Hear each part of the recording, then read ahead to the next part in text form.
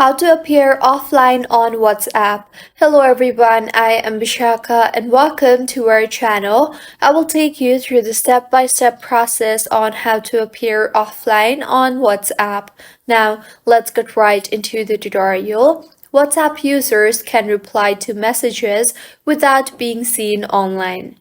They can also adjust settings to temporarily not receive or send messages without having to uninstall the app. To do that, launch the WhatsApp application on your device.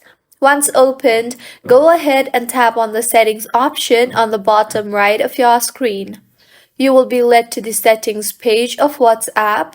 Now go ahead and tap on the privacy option and further tap on the last seen and online option.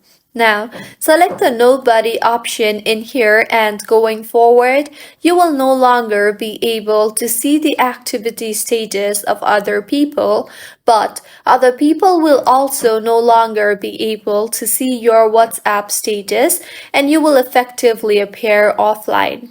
If you find this tutorial helpful, please make sure to like the video and do subscribe to our channel for more contents like this.